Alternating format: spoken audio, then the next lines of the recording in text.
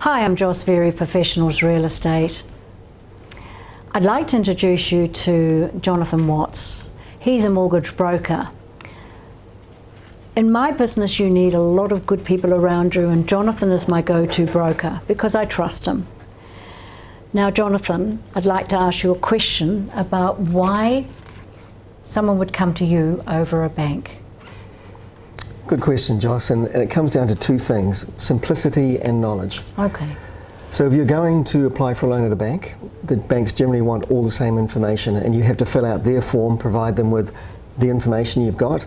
And then if you want to do that with another bank, you've got to do the same thing again and fill out another form, similar information, same documents, and it just takes up time, a lot of time. And you may well be dealing with somebody who's never bought a house. Exactly. So when you come to us, you fill out a form once, or we actually fill the form out. We ask the questions, you give us the information, you fill it out once with us. So that's the simplicity part. The knowledge part comes down to, we see all the deals coming through from the banks all the time. Yeah. So we know what rate we should be able to get you, we know how much cash we should be able to get you, we know how to shape the deal. And so that knowledge comes from experience. We're dealing with a lot of mortgages, a lot of people, a lot of different situations, and a bank is probably just not going to service you in the same way. Yeah, excellent.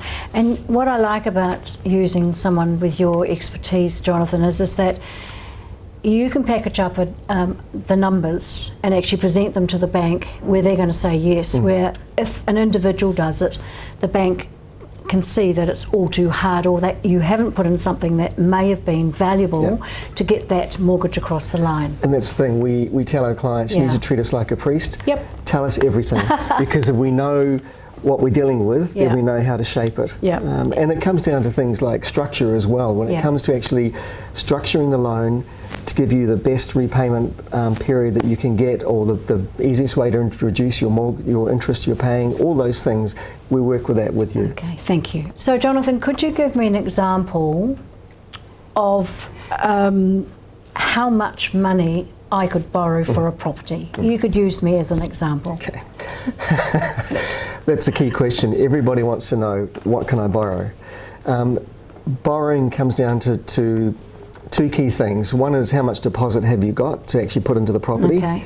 Number two is, and the key part is, how much do you earn? How much can you actually put into this in terms of repayments?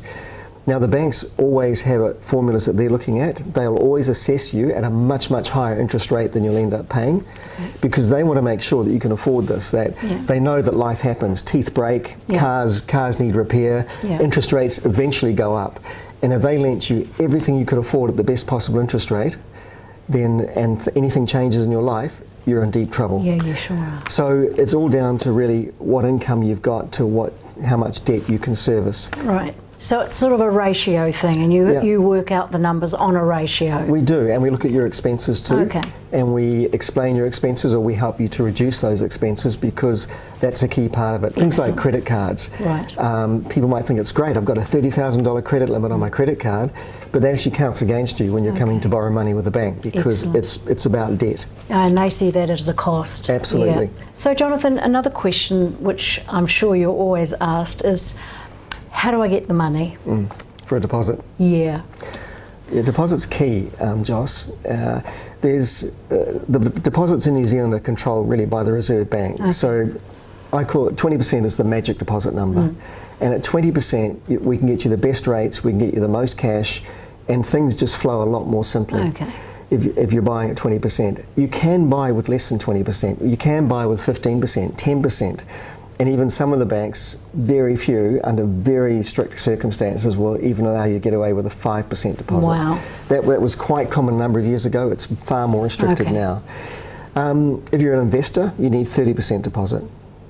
If you're buying a brand new house, though, as an investor, you can get away with 20% deposit. Okay. So deposits these days are just not, as they used to be, savings. They've now pulled together across a range of things, and KiwiSaver is a really big part of it. Excellent. So a lot of first home buyers are grabbing KiwiSaver. There's savings in there as well. Banks would like to see that you've tried to save some money. There's often family money going in now, and as gifting or grandma's money. People are selling assets too, just to get a deposit together. Okay. So it's coming from different places. Okay, thanks, Jonathan. So, Jonathan, your last question that I get asked a lot, and that's why I refer you, of course, is if I want to build a second dwelling on a property, how do I get the finance, please? A lot of people who are trying to do that have good equity in their current house, and that's really where the money's got to come from. So, for example, your house may be worth $1 million, typical Auckland value these days, and your mortgage is now at $400,000.